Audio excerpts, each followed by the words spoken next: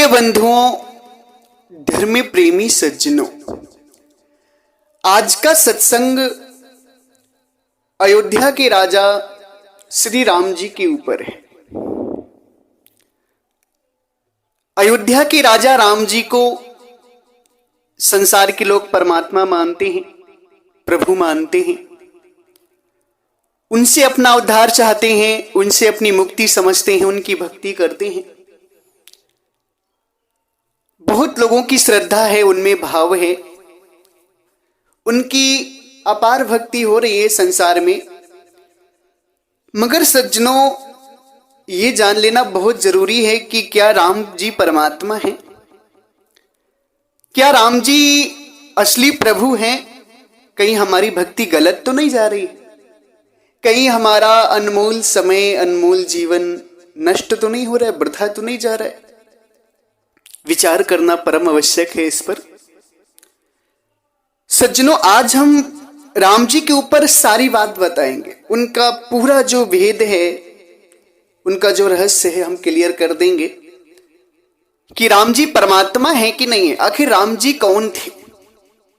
सज्जनों, सर्वप्रथम आप लोग ये जान लीजिए कि परमात्मा का जो स्वभाव क्या होता है, परमात्मा के लक्षण क्या होते हैं, परमात्मा का स्वभाव क्या होता है। जब आप इसे जान लेंगे ना, तो आप सभी किसी को भी परमात्मा मानने से सचेत हो जाएंगे, आपके अंदर विवेक आ जाएगा। परमात्मा को जानने के लिए आज हम आपको एक यंत्र बताएंगे। उस यंत्र से आप किसी को भी परख सकते हैं। बड़े ध्यान से सुनिएगा इस यंत्र को। इससे पहले आप हमारे चैनल को सब्सक्राइब कर लीजिए, ताकि हमारा जो सत्संग है वो आप सभी के पास आता रहे और आप सत्संग को सुनते रहें, लाभ उठाते रहें, अपने जीवन का कल्याण करते रहें, मुक्ति पथ के राही बन जाएं। सज्जनों, परमात्मा को पहचानने का सबसे बड़ा यंत्र होता है उनके लक्षण, उनका स्वभाव। परमात्मा त्रिकालदर्शी होते हैं। त्रिकालदर्शी मतलब तीनों काल के ज्ञाता, तीनों काल को जानने वाले। तीन काल कौन कौन से हैं? भूतकाल, भविष्यकाल और वर्तमान काल। भूतकाल का मतलब होता है जो बीत गया, वर्तमान काल का मतलब होता है जो चल रहा है, और भविष्य काल का मतलब होता है जो होने वाला है। परमात्मा भूत में क्या हो गया, वर्तमान में क्या हो रहा है और भविष्य में क्या होगा, हर चीज को जानने वाले होते हैं।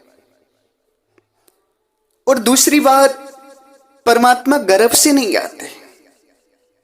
माता के गर्भ से परमात्मा नहीं आते कभी। क्यों नहीं आते? इसका एक कारण है।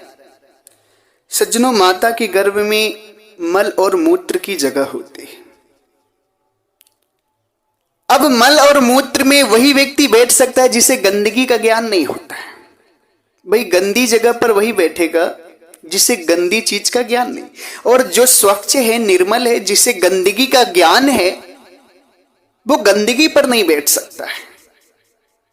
उसी तरीके से अगर संसार में आना है तो परमात्मा जो है वो गर्भ से नहीं आते, क्योंकि गर्भ गंदी जगह है, गंदगी हुआ मलमूत्र है। और प्रभु को अगर संसार में आना है तो गर्भ की आवश्यकता परमात्मा को नहीं पड़ती, वो स्वयं स्वरूप बना लेते हैं। गर्भ में वही व्यक्ति जाता है जिसे गंदगी का ज्ञान नहीं होता है, क्योंकि गर्भ गंदी जगह है। और परमात्मा सर्वशक्तिमान है, हर चीज को करने वाले हैं। स्वरूप बनाना उनके लिए बहुत छोटी बात है। गर्भ में जाकर प्रभु को स्वरूप बनाने की आवश्यकता नहीं है। गंदगी में बैठ करके वो स्वयं स्वरूप बना सकते हैं। गर्भ में जो जाता है वो परमात्मा नहीं है। गर्भ में जो जाता है वो परमात्मा नहीं, यानी गर्भ में जाने का मतलब जो माता के पेट से जन्म लेता है, जो माता से जन्म लेता है, वो परमात्मा नहीं होता है, क्योंकि वो गंदगी में गया। और गंदगी में वही जाता है जिससे गंदगी का ज्ञान नहीं। और परमात्मा अज्ञानी नहीं, परमात्मा सर्वज्ञानी है। इसलिए प्रभु कभी गर्भ में नहीं जाते। सज्जनों, ये परमात्मा को जानने के लक्षण है।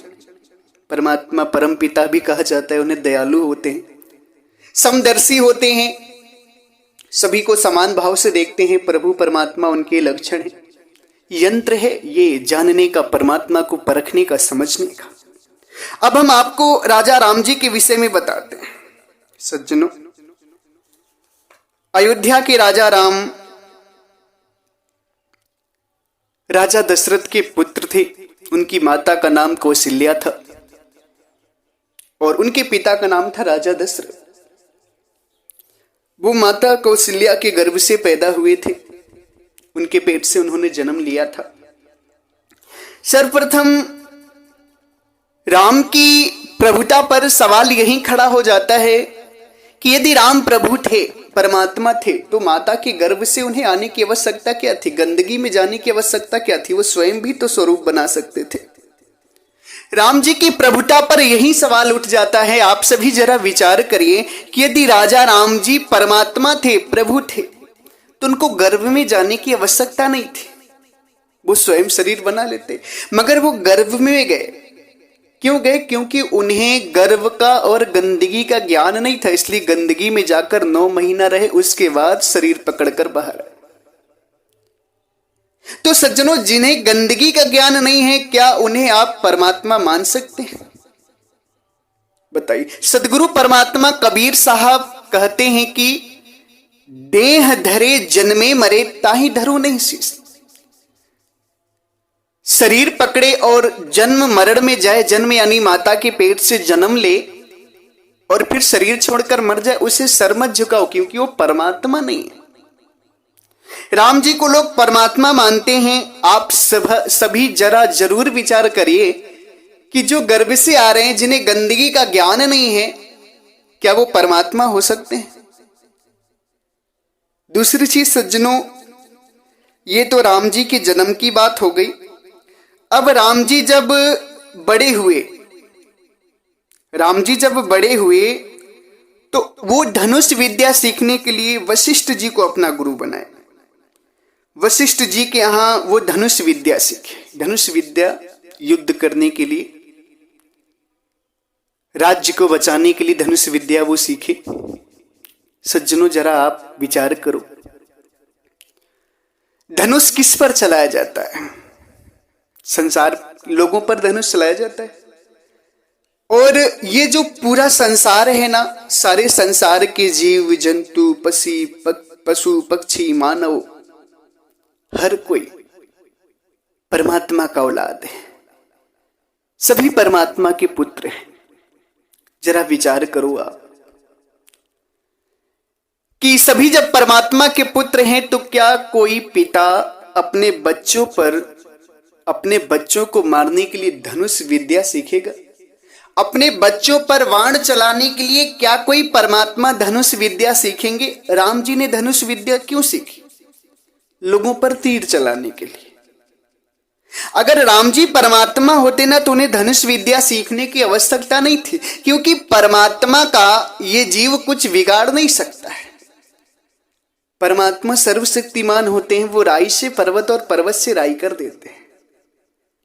दूसरी चीज, राम को डर था कि उनका राज्य कोई छीन ना ले, उनके पास ये हुनर होना जरूरी है धनुष विद्या का, इसलिए वो अपने राज्य को बचाने के लिए धनुष विद्या सीखे, तीर चलाने के लिए। सज्जनों, संसार में अगर राम परमात्मा है, तो संसार में सारे लोग उनकी औलाद हैं, और वो अपनी औलादों पर तीर धनुष चलाने के लिए विद्या सीख रहे हैं। क्या ये परमात्मा के लक्षण है? आज तक आपने कहीं भी समाज में, संसार में ये सुना है कि बाप ने बेटे को मारने के लिए बंदूक चलाना सीखा, बेटे को काटने के लिए तलवार चलाना सीखा, बेटे को मृत्यु प्रदान करने के लिए तीर चलाना सीखा? आज तक कभी आपने कहीं संसार में सुना है? ये संसार के छोटे छोटे पिता जो होते हैं, जिनके 2-4 बच्चे हैं, वो तो अपने बच्चों पर तीर धनुष तलवार चलाने के लिए कभी सीखने नहीं गए, न ही कभी अपने बच्चों को काटे।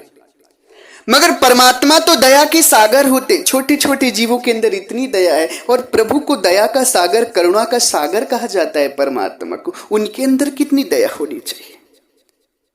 राम जी को लोग परमात्मा मानते, आखिर वो धनुष विद्या किसके लिए सीख रहे थे?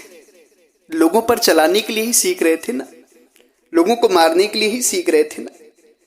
क्या परमात्मा का यह स्वभाव है? क्या परमात्मा को अपने पुत्रों पे चलाने के लिए धनुष विद्या सीखने की आवश्यकता है? विचार करिए, सारा संसार उनका औलाद था, सारा संसार उनका औलाद था। क्या जरूरत थी परमात्मा को धनुष विद्या सीखने के लिए? आप सभी जरूर विचार करिए, राम जी परमात्मा थे कि राजा थे? मैंने पहले ही डाल दिया है कि राजा राम पर विचार। आज हम राजा राम पर विचार करेंगे। आप राजा राम जी को परमात्मा जरूर मानते होंगे, भगवान जरूर मानते होंगे, मगर अज्ञानता के कारण आप मानते, आप असलियत को नहीं जानते। वाल्मीकि की रामायण उठाकर देखेंगे ना आप, तो उन्होंने राजा राम और रानी सीता करके लिखा है, मगर आजकल की जो रामायण छप रही, इसमें भगवान राम माता सीता कर दिया, भगवान कर दिया। आज के जीव ने इनको धंधा बनाकर भगवान बना दिया, धंधा के चलते भगवान बना दिया। नहीं तो ये राजा थे।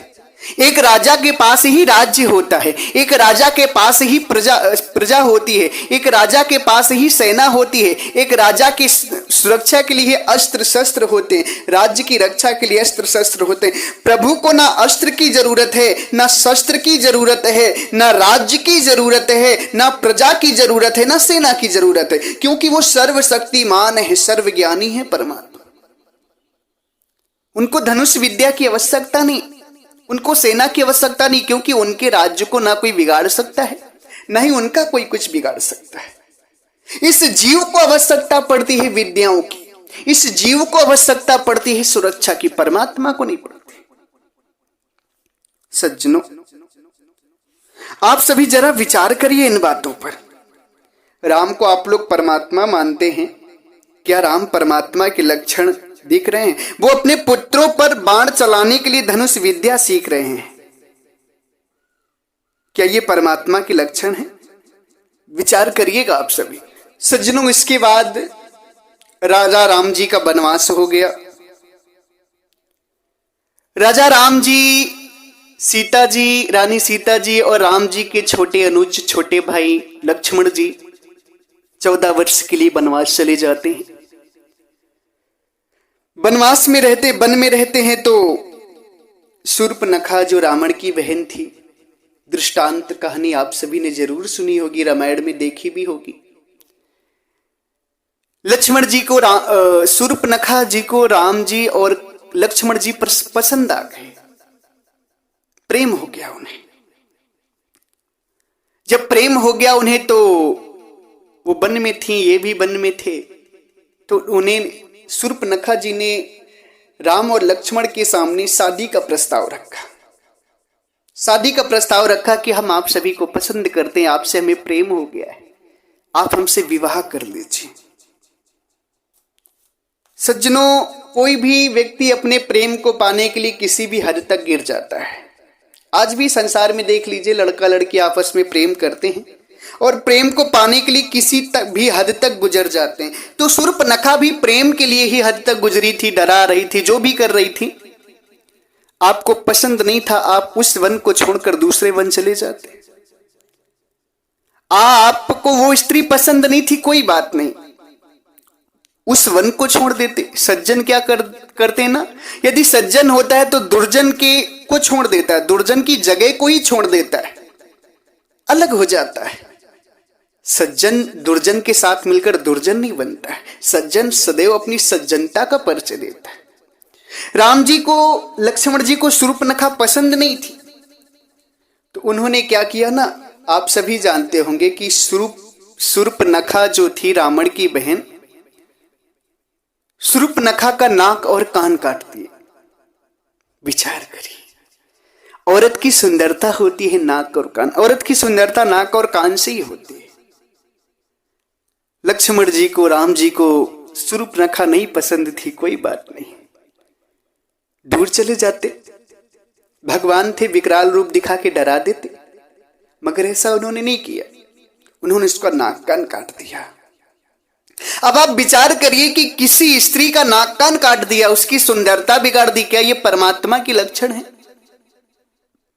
विचार करिए आप लोग, क्या ये परमात्मा के लक्षण है? किसी स्त्री का नाक कान काट दिया, भाई वो आपसे प्रेम कर रही थी और प्रेम के वशीभूत होकर ही आपके साथ उसने जो किया वो किया।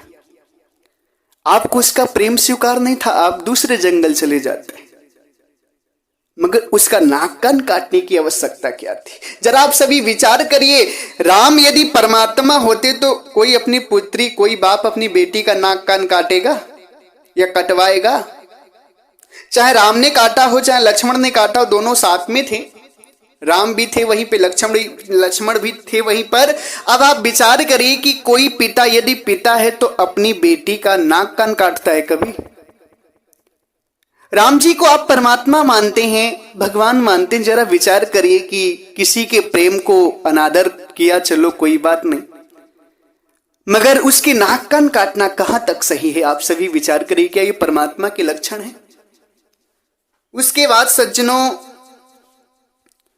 इस बात का जब पता रावण को लगा, क्योंकि रावण की बहन थी शूर्पणखा, और शूर्पणखा जो थी जब रावण के पास गई और रावण को अपना ये हाल दिखाया तो भाई रावण को बहुत क्रोध आया, किसी को भी क्रोध आएगा। आप स्वयं से एक बार विचार करो, स्वयं से विचार करो कि आपकी ही बहन का अगर कोई नाक कान काट दे तो आप उसके साथ क्या व्यवहार करोगे? मुझे बताओ।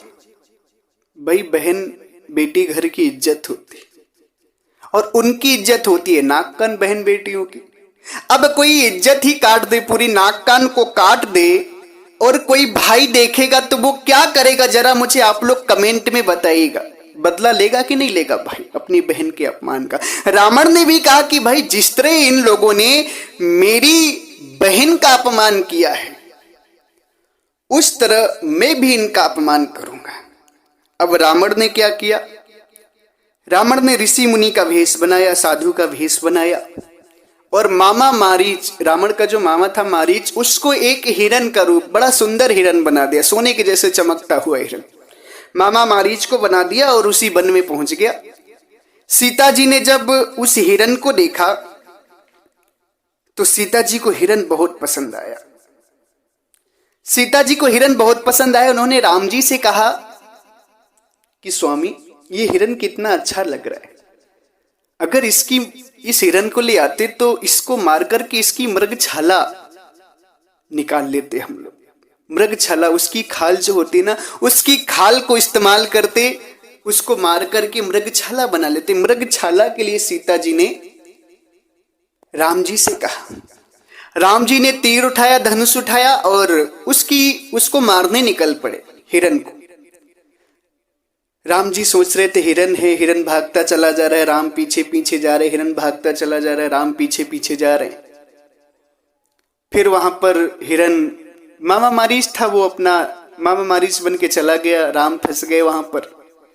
फिर यहां से लक्ष्मण भी चले गए। अब आप सभी थोड़ा विचार करिए कि परमात्मा त्रिकालदर्शी होते हैं, अति सूक्ष्म से सूक्ष्म चीज को प्रभु देख सकते हैं, समझ सकते हैं, मगर राम जी ये नहीं जान पाए अपने जीवन अपने दिव्य दृष्टि से कि ये हिरन के रूप में मामा मारीच है या हिरन है।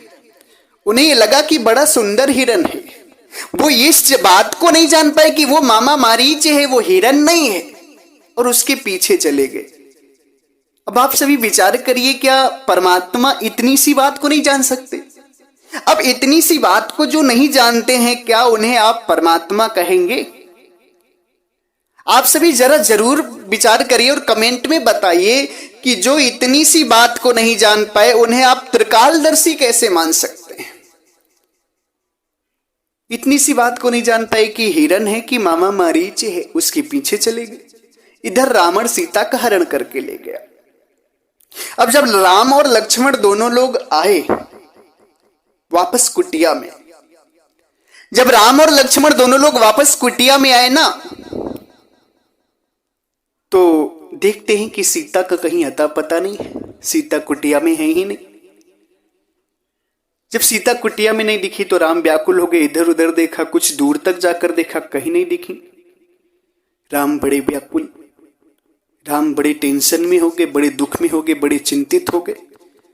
लक्ष्मण भी बड़े चिंतित हो गए कि आखिर सीता मां का हुआ क्या, क्योंकि वो सीता को मां की पदवी देते थे। राम इधर उधर ढूंढने लगे, इधर उधर देखने लगे, कहीं सीता का आता पता नहीं चला। राम रोने लगे, उनके अश्रु निकलने लगे। पत्नी के वियोग में इस कदर राम खो गए, इस कदर टूट गए कि सीता को जानने के लिए पेड़ों से, पौधों से, पक्षियों से, पशु से, जानवरों से पूछते थे कि क्या तुमने मेरी सीता को देखा है। रामायण में इसका वर्णन है। राम रो रो कर पक्षियों से पूछते हैं, पशुओं से पूछते हैं, पेड़ पौधों से, वनस्पतियों से पूछते हैं कि क्या तुमने मेरी सीता को देखा है। कोई मेरी सीता का पता बता तो मैं सीता के लिए बहुत तड़प रहा हूं। सज्जनों, सीता का पता खोजते खोजते हार गए। सीता उन्हें नहीं मिली। जब सीता उन्हें नहीं मिली तो उसी जंगल में उन्हें एक नरभक्षी राक्षस मिला, दानव, मांस खाने वाला एक राक्षस मिला। उस राक्षस ने इन दोनों लोगों को देखा तो राक्षस को लगता है कोई राही है, भटक गए हैं। राक्षस ने पूछा, क्या बात है भाई, जंगल में क्या कर रहे हो, बहुत खतरनाक जंगल है, इससे बाहर चले जाओ। राम कहते हैं, श्रीमान जी, मेरी पत्नी सीता को कहीं खो गई है, कोई ले गया है, मुझे पता नहीं चल रहा है, मैं उसी को ढूंढ रहा हूं। राम ने अपनी पूरी व्यथा बताई, सब कुछ बताया कि ऐसी ऐसी घटना घट गई है। उस नरभक्षी जो दानव था, जो राक्षस था, उसको राम पर दया आई। उसने राम को एक सुझाव दिया, कहा ऐसा है, इस तरीके से तुम अपनी पत्नी सीता को नहीं ढूंढ सकते। तुम्हें यदि सीता को ढूंढना है तो किसी राजा की मदद लेनी होगी, किसी राजा के माध्यम से ही तुम अपनी सीता को ढूंढ सकते हो, ऐसे नहीं ढूंढ सकते अपनी सीता को। तो राम ने कहा, मैं तो यहां किसी को नहीं जानता हूं, किसी राजा को नहीं जानता हूं, कौन राजा से मैं मदद लूं, आप ही मुझे बताइए। तब उस नरभक्षी जो दानव था, जो राक्षस था, उसने बताया कि बाली ने अपने भाई सुग्रीव को राज्य से हटा दिया है, बाली ने अपने भाई सुग्रीव को राज्य से भगा दिया है। अगर तुम सुग्रीव को राज्य में वापस लाओ तो सुग्रीव तुम्हारी मदद कर सकता है सीता को खोजने में। अब सज्जनों, यहां पर थोड़ा आप सभी विचार करिए कि राम को त्रिकालदर्शी मानते हैं, आप सभी त्रिकालदर्शी मानते हैं, उनकी पूजा करते हैं, भक्ति करते हैं, आराधना करते हैं। जो राम अपनी सीता को नहीं जान पाए कि हमारी सीता कहां गई है, कौन ले गया हमारी सीता को, वो राम क्या आपकी मुक्ति कर सकते हैं? आप यहां पर बैठकर आरती करते हैं, पूजा करते हैं, भक्ति करते हैं, क्या वो राम सुन रहे होंगे, देख रहे होंगे? जो राम अपनी सीता को नहीं देख पाए, सीता को नहीं बचा पाए, क्या आपको दुखों से बचा सकते हैं? जरा आप सभी विचार करिए। बहुत गहरी बात मैं बता रहा हूं, प्रभु का लक्षण बता रहा हूं कि जो राम जी अपनी सीता को नहीं जान पाए अपने आप से, सीता का हरण हो गया, बचा भी नहीं पाए, सीता कहां गई ये भी नहीं जाने, उन्हें तो एक मांस से खाने वाले राक्षस ने बताया कि तुम्हारी सीता कैसे मिल सकती है, सुझाव दिया उसने। अब आप सभी विचार करिए जरा, यहां पर राम को आप बहुत परमात्मा मानते हैं और बहुत अच्छे से भक्ति पूजा आराधना करते, पूरा जीवन लुटाते हैं उनके ऊपर, मगर विचारों की गहराइयों में आप जाएंगे तो जो राम अपनी सीता को नहीं जान पाए, अपनी सीता को नहीं बचा पाए हरण होने से, वो आपकी रक्षा क्या करेंगे? जिस समय राम थे धरती पर, जिस समय राम थे धरती पर, तब तो वो अपनी सीता की रक्षा नहीं कर पाए, सीता को नहीं जान पाए। अब तो राम जी पता नहीं कहां होंगे, किस योनि में होंगे शरीर पूरी करके, क्योंकि वो भगवान नहीं, वो तो एक राजा थे, परमात्मा नहीं थे, एक राजा थे, एक मनुष्य थे, साधारण जैसे बस राजा थे, यही उनकी महानता थी। जिस समय राम थे उस समय तो अपनी सीता का पता लगा ही नहीं पाए, इस समय तो राम नहीं है, कोई राम है ही नहीं, केवल उनकी मूर्तियां और उनके नाम की पूजा हो रही है। तो अब आप विचार करिए कि आप संसार के लोग उनसे अपनी मुक्ति समझते हैं, अपने दुख दरिद्र सोचते हैं कि वो आपके जान जाएंगे, सीता का जो पता नहीं लगा पाए, सीता के जो हरण से सीता को रोक नहीं पाए, बचा नहीं पाए, वो आपके दुख दर्द को कैसे दूर करेंगे? जरा मुझे कमेंट में बताइएगा आप सभी। देखिए, बुरा मत मानिएगा, अगर आप श्रोतागणों को मेरी बातों से बुरा लग रहा हो तो मैं चरणों में नतमस्तक हूं आपके, क्षमा करिएगा मुझे, मगर जो सत्य बात है उससे अवगत कराना, बहुत जरूरी है आप सभी को। राम जब अपनी सीता का पता नहीं लगा पाए तो किस तरह के भगवान है, उनको कैसे त्रिकालदर्शी मानोगे आप बताओ। भूत भविष्य वर्तमान, भूतकाल में क्या हो गया ये प्रभु जानते हैं परमात्मा, भविष्य में क्या होगा ये भी जानते हैं, मगर राम को ना भूत का ज्ञान है, ना भविष्य का ज्ञान है, ना वर्तमान का ज्ञान है, कैसे उन्हें आप परमात्मा मान लेंगे। भूत में सीता के साथ क्या हुआ, कौन ले गया, भूतकाल में आ गया था, क्या इसका ज्ञान राम जी को हुआ, नहीं हुआ, कोई बात नहीं। अब आगे की तरफ यदि आप बढ़ते हैं तो फिर उस राक्षस से राम जी ने सुग्रीव का पता पूछ लिया कि इस समय सुग्रीव कहां मिलेंगे। राम जी पता पूछकर सुग्रीव के ठिकाने पर पहुंचे तो सुग्रीव से पहले हनुमान मिले वहां। हनुमान सुग्रीव के सेना नायक थे, हनुमान जो थे वो सुग्रीव के सेना नायक थे। तो हनुमान जी ने पूछा भाई तुम कौन हो, तो राम जी ने बताया हम अयोध्या के ये हैं, राजकुमार हैं, यहाँ वनवास हुआ है हमारा, हमारी सीता को कोई ले गया है, कोई चुरा ले गया है, हमें पता नहीं चल रहा, उसकी खोज में हम आए हैं। हनुमान जी को इनकी कहानी समझ में आई, इनकी बात पता चली तो हनुमान जी उन्हें सुग्रीव के पास ले गए। सुग्रीव के पास जब राम जी गए तो राम लक्ष्मण ने सुग्रीव को प्रणाम किया, क्योंकि भाई किसी के पास मदद मांगने गए थे ना ये। सुग्रीव ने पूरी कहानी समझी तो सुग्रीव ने एक बात रखी, एक शर्त रखी कि देखो अभी तो मैं आपकी कोई मदद नहीं कर सकता हूं, क्योंकि मैं खुद धर्म संकट में पड़ा हूं, खुद मेरे भाई ने मुझे निकाल दिया है। तो राम ने पूछा आपके भाई ने आपको राज्य से क्यों निकाला है। सुग्रीव कहते हैं कि मेरा भाई बाली है, बहुत बलवान है, बहुत ताकतवर है। एक बार मेरे राज्य में एक मायावी राक्षस आ गया था, जो मायावी था, मायावान था, बहुत रूप बना लेता था, मेरे राज्य पर हमला करना चाहता था। मेरे भाई बाली राजा थे, तो जनता को बचाने के लिए, प्रजा को बचाने के लिए बाली जो है उस राक्षस को लड़ने के लिए निकल गए। वो राक्षस जंगल में भगा, बाली भी उसके पीछे चले गए, जाते जाते बहुत जंगल में पहुंच गए। मायावी राक्षस था, स्वरूप बदल लेता था। बाली ने प्रण किया कि जब तक इस राक्षस को मैं मार नहीं लूंगा तब तक मैं अपने राज्य वापस नहीं जाऊंगा। सज्जनों काफी दिन बीत गए, महीने बीत गए, बाली वापस नहीं आए। बाली जब वापस नहीं आए तो इधर क्या किया कि सुग्रीव ने बिना बाली को खोजे राज्य का राजा बन गए और बाली की चिंता छोड़ करके राज्य का सुख लेने लगे, राज्य का सुख भोगने लगे। तो इधर सालों बाद जब बाली ने उस मायावी राक्षस को मार दिया तो जब वापस अपने राज्य पर आए बाली, तो उन्होंने ये देखा कि मेरे राज्य गद्दी पर मेरा भाई बैठा हुआ है, मेरे हर चीज पे मेरे भाई ने अधिकार बना लिया है। बाली को इस चीज का बड़ा दुख हुआ। बाली ने कहा कि भाई तुम राजगद्दी पर क्यों बैठ गए। सुग्रीव कहते हैं कि देखो आप आए नहीं तो हम राजगद्दी पे बैठ गए। तो बाली को बड़ा दुख हुआ कि कैसा भाई है, मैं राज्य की रक्षा के लिए, प्रजा की रक्षा के लिए मायावी राक्षस को मारने गया था, और मुझे यदि लेट हो गया, टाइम लग गया, ज्यादा अधिक समय लग गया मुझे उसे मारने में, तो कम से कम तुम्हें मेरी खोज में कुछ लोगों को तो भेजना चाहिए, खोजना तो चाहिए हमें कि हम कहाँ हैं, किस हाल में हैं, किस हाल में नहीं। तुमने मुझे खोजा नहीं, मेरे राज्य पर बैठ गए। इस बात पर बाली को बहुत दुख हुआ और बहुत क्रोध आया। बाली ने सुग्रीव को राज्य से निष्कासित कर दिया, बाहर निकाल दिया, बेदखल कर दिया। बोला कि अगर मेरे राज्य में दिख गए तो मैं तुम्हें जिंदा नहीं छोड़ूंगा, क्योंकि तुम भाई नहीं, भाई के नाम पर कलंक हो, कलंक। सज्जनों, जब ये सारी बात सुग्रीव ने राम को बताई तो राम कहते हैं कि मैं इसमें आपकी क्या मदद कर सकता।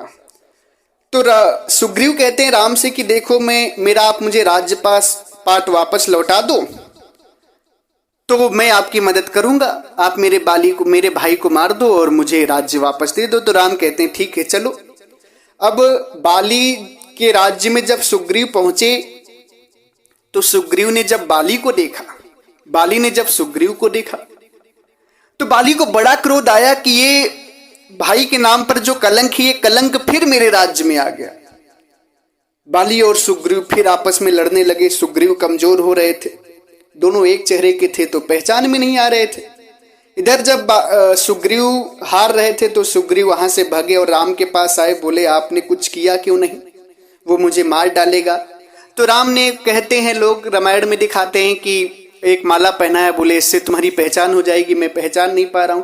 फिर राम छुप गए और बाली और सुग्रीव जब लड़ने लगे तो राम ने छुप करके पीछे से बाली को तीर मार दी, जिससे बाली गिर गए। और बाली गिर गए तो सुग्रीव ने उन पर हमला कर दिया पूरी तरह से।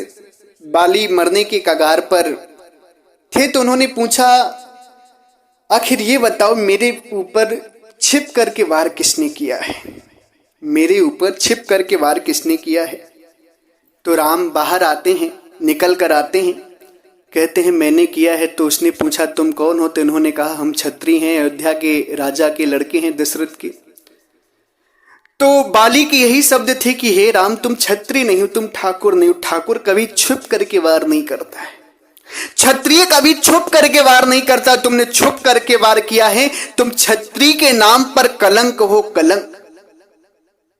आखिर मुझसे बताते मैं तुम्हारी सीता को खोजने में मदद करता, आपने क्षत्रिय धर्म का ही नाश कर दिया, आपने मुझे छुप कर मारा, किस तरह के तुम क्षत्रिय हो मुझे बताओ। ये सब डांटते हुए बाली की मृत्यु हो गई। सज्जनों आप सभी जरा विचार करिए, क्या ये परमात्मा के लक्षण है? अपने स्वार्थ के लिए राम ने बाली को छुप करके मार दिया, अपने स्वार्थ के लिए, जबकि बाली जो था वो सही धर्म पे था। भाई ने उसकी खोज सुग्रीव ने नहीं कराई तो किसी भी भाई को दुख होगा कि मेरे राजपाट पर राज करने लगा, मेरा पता नहीं करवाया कि मैं कहां हूं कहां नहीं। बाली जो था वो सही धर्म पे था, सुग्रीव गलत था। मगर राम जी को परमात्मा मानते, भगवान मानते हैं। विचार करिए, क्या सुग्रीव जो थे, राम जो थे, क्या राम ने सही किया था वहां पर? बाली को छुपकर मारा। क्या परमात्मा का यही लक्षण है? क्या परमात्मा का यही लक्षण है कि किसी अपने ही बच्चे को छुपकर उस पर तीर चला दें? आप लोग बड़े प्रेम से उनकी भक्ति करते हैं, बड़े प्रेम से उनकी पूजा आराधना करते हैं। जरा विचार करिए जरा आप सभी कि क्या राम परमात्मा है? क्या परमात्मा के लक्षण है? सज्जनों, यूं किसी राजा महाराजा की पूजा करने से आप सभी परमात्मा को नहीं प्राप्त कर लेंगे। किसी राजा महाराजा को भगवान मानकर, परमात्मा को मानकर के मुक्ति नहीं हो जाएगी आपकी। सही परमात्मा को जानिए। राम जी के अंदर मुझे तो कहीं से भी परमात्मा के लक्षण, परमात्मा के गुण या परमात्मा का स्वभाव दिखाई नहीं देता। अब आप सभी आगे की कहानी जो है उसे भी समझिए। उसके बाद सुग्रीव को राज मिला तो सुग्रीव ने जो है अपने वादे के अनुसार, सुग्रीव ने राम से जो वादा किया था उस वादे के अनुसार सीता को खोजने के लिए चारों दिशाओं में अपने सैनिक भेज दिए। दक्षिण दिशा में सेनापति हनुमान, अंगद और जामवंत को भेज दिए।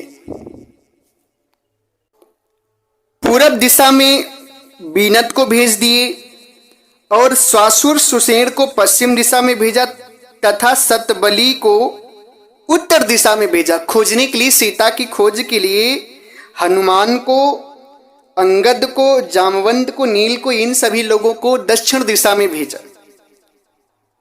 चारों दिशाओं में लोगों को भेज दिया, अपने सैनिकों को भेज दिया। सभी लोगों ने खूब ढूंढा मगर सीता का कोई पता नहीं लगा। ये लोग थक गए।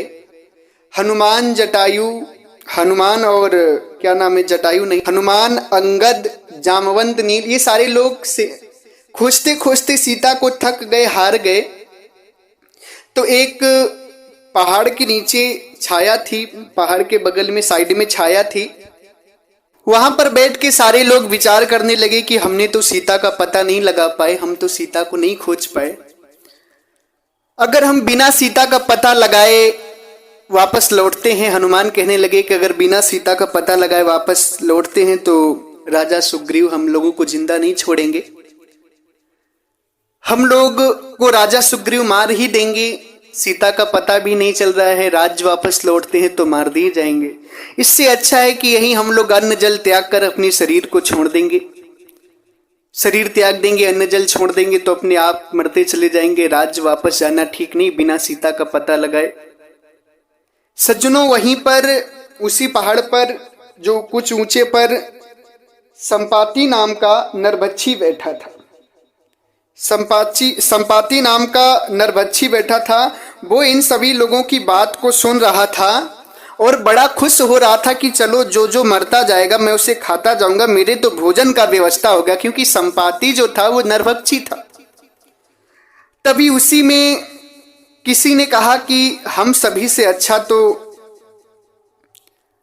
जटायु है, जिसने सीता को बचाने के लिए अपने प्राण तक त्याग दिए, अपनी आहुति दे दी और बेचारा मर गया। जटायु की बात को सुनकर संपाति नीचे उतर आया और संपाति को देख करके सारे लोग डर गए, क्योंकि नरभक्षी था वो। तो संपाति कहता है कि आप लोग डरिए नहीं, मैं जटायु का भाई हूं, बताइए क्या क्या हुआ है, क्या हुआ मेरे भाई को, किसने मार दिया मेरे भाई को। सज्जनों, सभी लोगों ने बताया कि जटायु को, सीता को जो हरण करके ले जा रहा था, उसकी सीता को बचाने में जटायु को उसने मार दिया। सीता को ले जाने में जटायु ने सीता की रक्षा की तो उसने उसको मार दिया। पता नहीं कौन ले गया है, हम सभी को पता नहीं चल रहा है। और यदि हम सब बिना पता किए गए, बिना पता किए अगर हम लोग राज्य वापस लौट कर जाएंगे ना, तो हमें भी सुग्रीव मार देगा। सज्जनों, यहां पर आप सभी विचार करें कि हनुमान को भी आप सभी परमात्मा मानते हैं, बलि मानते हैं। हनुमान भी पता नहीं लगा पाए और सुग्रीव से डर रहे थे कि हम वापस जाएंगे तो कहीं सुग्रीव हमको मार न दे। अब हनुमान को भी आप सभी बलि मानते हैं, परमात्मा मानते हैं। हनुमान भी सीता का पता नहीं लगा पाए और सुग्रीव से डर करके आत्महत्या करने की बात कर रहे थे कि हम सभी मर जाएंगे, वापस नहीं जाएंगे, क्योंकि जाएंगे तो भी सुग्रीव मार देगा। इतना ज्यादा डर तो हनुमान के अंदर भरा था, उन्हें भी आप सभी परमात्मा मानते हैं। मगर जो संपाति था उसने कहा कि एक बार क्या हुआ कि हमारा जो बेटा था, हमारा बेटा, सज्जनों, एक इसमें सबसे बड़ी बात आपको ये समझने की है कि जटायु को और संपाति को लोग पक्षी बताते हैं, कहते हैं कि वो पक्षी थे। नहीं सज्जनों, ये सरासर गलत है। जटायु पक्षी नहीं थे, जटायु इंसान थे। और जटायु का जो वंश है मैं बताता हूं आपको। राजा दक्ष ने जो कश्यप ऋषि को कन्याएं दी थी, उनमें दिति, अदिति, दनु थी। और इन तीनों के अतिरिक्त भी कश्यप ऋषि की 2 स्त्रियां और थीं, जिनका नाम, एक का नाम था कदु और दूसरी का नाम था विंता। कश्यप ऋषि की 2 स्त्रियां और थीं, कदु और विंता। विंता के 2 पुत्र हुए, गरुण और अरुण। अरुण के 2 पुत्र हुए, जिनका नाम था संपाति और जटायु। सज्जनों, कश्यप ऋषि इंसान थे। कश्यप ऋषि की ही 3 पत्नियां दिति, अदिति, दनु थे, जिनसे देव, दैत्य, दानव वंश चले। तो सज्जनों, आप सभी विचार करें कि कश्यप ऋषि भी इंसान थे, विंता भी इंसान थी, तो उनके द्वारा पैदा हुए बच्चे कैसे पक्षी बन सकते हैं। संसार में बहुत बड़ा अंधविश्वास फैलाया जाता है कि जटायु और संपाति पक्षी थे। नहीं सज्जनों, पक्षी नहीं थे, वो इंसान थे। तो जटायु ने के भाई संपाति ने कहा कि एक दिन क्या था कि हमारा बच्चा जो है, बेटा भोजन की तलाश में निकला था। भोजन की तलाश में निकला था तो कोई एक था जो सीता को हरण करके ले जा रहा था।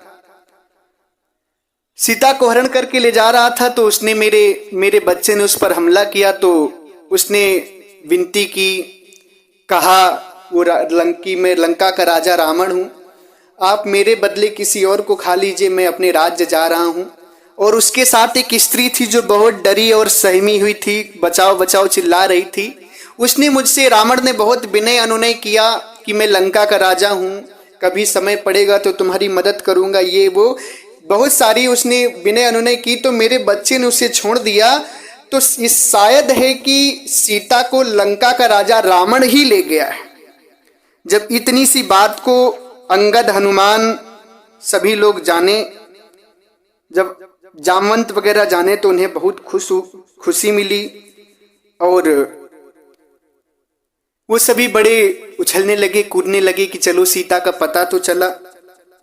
अब इधर राम को जाकर बताया गया कि ऐसी सी बात है कि आपको, आपकी सीता को लंका का जो राजा रावण है वो हरण करके ले गया है।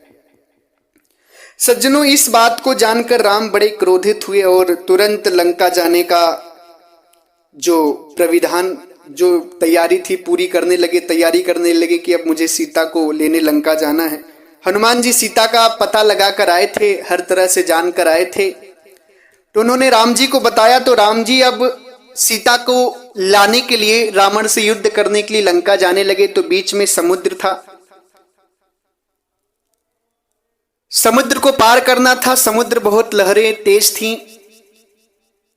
और इसके विषय में अब हम दूसरे वीडियो में बताएंगे। ये पार्ट 1 है, पार्ट 2 क्योंकि वीडियो बहुत लंबा हो जा रहा है तो आप सभी को पूरी जानकारी देंगे तो बहुत इसमें समय लगेगा। अब दूसरे पार्ट में आगे का जो दृष्टांत है, आगे हम राम जी के विषय में समझाएंगे आप सभी को। आज के लिए इस वीडियो में इतना ही रहेगा। इस बात को आप सभी बड़े ही ध्यान से सुनिएगा, समझिएगा, सब पर शेयर भी करिएगा ताकि आप सभी को दिव्य ज्ञान जो है समझ में आए। राम जी को आप परमात्मा मानते हैं, इन सब बातों से तो सिद्ध हो ही गया होगा आप लोगों के अंदर कि राम जी परमात्मा नहीं, एक राजा थे। और एक राजा की भक्ति करके आप सभी को कुछ नहीं मिलेगा, समय मिथ्या जाएगा, जीवन मिथ्या जाएगा। असली परमात्मा की भक्ति करिए। असली परमात्मा सदगुरु कबीर साहब है, जिनकी भक्ति से आप सभी का कल्याण होगा और बिना उनकी भक्ति के आप सभी का कल्याण नहीं हो सकता है। इसलिए सदगुरु परमात्मा कबीर साहब की भक्ति करिए। हम पार्ट 2 जल्दी ही डालेंगे, आप सभी पार्ट 2 भी सुनिएगा राजा रामचंद्र के ऊपर। इसी के साथ हम अपनी वाणी को विराम देते हैं। अगर हमारी वाणी वचनों से, शब्दों से, वचनों से आप सभी को कोई कष्ट लगा हो या आप सभी को दुख लगा हो राम जी को मानने वालों को, तो आप जितनी भी राम जी को मानने वाले लोग हैं, अगर मेरी बातों से दुख लग रहा हो या बुरा लग रहा हो तो आप सभी के चरणों में हम सर रखकर क्षमा प्रार्थी हैं। हम आपके राम जी के ऊपर कोई उंगली नहीं उठा रहे हैं, न ही उन्हें हम गलत ठहरा रहे हैं, हम तो एक अपना विचार दे रहे हैं। अगर आप सभी को सही लगे तो स्वीकार करिएगा, ना सही लगे तो मुझे क्षमा करिएगा कि मैंने आपको दुख दिया या कोई कष्ट दिया। आपके चरणों में नतमस्तक हूँ। दुख देना मेरा अभिप्राय नहीं है, मैं उन पे उंगली नहीं उठा रहा हूं। मैं तो जो सच्चाई है, जो हकीकत है, उसे दिखाने की कोशिश कर रहा हूं आप सभी को। अगर ना समझ में आ रहा हो तो कोई बात नहीं, छोड़िए, जाने दीजिए। समझ में आ रहा है तो ठीक है, आगे की भक्ति करिए। नहीं समझ में आ रहा है तो राम जी को ही आप भगवान मानते रहिए, क्योंकि ये सीढ़ी है, क्लास है। धीरे धीरे ही जीव आगे की तरफ बढ़ता है। हम भी पहले रामकृष्ण की भक्ति कर चुके हैं, ब्रह्मा विष्णु महेश की भक्ति कर चुके हैं, आद्या की भी कर चुके हैं, ब्रह्म की भी कर चुके हैं, तब जाकर लास्ट परमात्मा की भक्ति कर रहे हैं। आप भी भक्ति करते करते ही ऊपर उठेंगे, राम को जानेंगे, कृष्ण को जानेंगे, धीरे धीरे ऊपर उठेंगे। अगर आपको राम जी फिर भी अच्छे लगते इतनी सब बातों को जानकर तो कोई बात नहीं, आप उसी क्लास के हैं, वही भक्ति, अभी वही रेंज है आपका, मुक्ति का रेंज नहीं है। धीरे धीरे आप आगे बढ़ेंगे। बुरा नहीं मानिए मेरी बातों का, अगर दुख लगे तो मुझे क्षमा करिएगा। दूसरे वीडियो में पार्ट 2 में हम जल्दी मिलेंगे आप सभी से। एक बार प्रेम से बोलिए सर्वव्यापक सर्वपूजनी परमपिता परमात्मा सदगुरु बंदी छोर कबीर साहेब को साहेब बंदगी साहेब।